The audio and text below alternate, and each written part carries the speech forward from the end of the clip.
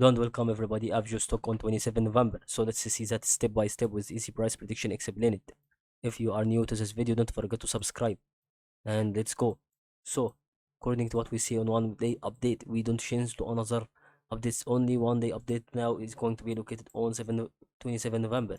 So what we want here is going to be about the price that can be between this level and this level.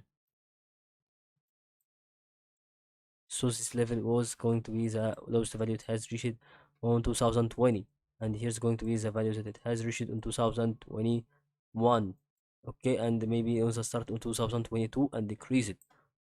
So that there was two slope lines, and both of them had made this intersection.